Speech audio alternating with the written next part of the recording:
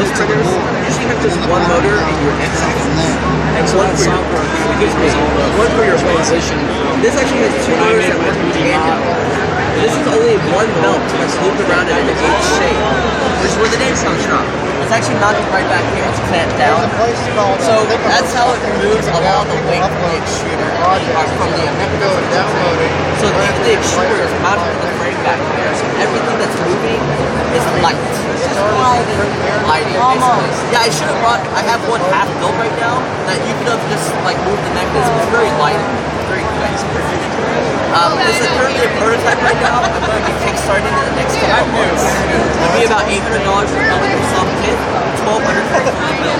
And that's everything you see here, the LCD screen, memory card, and everything. I designed it to be very easy to build. I've built about 10 different printers now, and repaired about 12 different ones. So I basically took note of all the problems people are having with printers, and tried to get as much of that out. Like a lot of times in the early printers, you had to calibrate the X and Y to be exactly perpendicular, otherwise it's not going to show apart. This is all done for you in that frame. Since all the frame is bolted together, you know it's exactly perpendicular. So how long does it take to grow like an inch, say? You know, I haven't really calculated that out. Something like that, it's about 2.5 hours.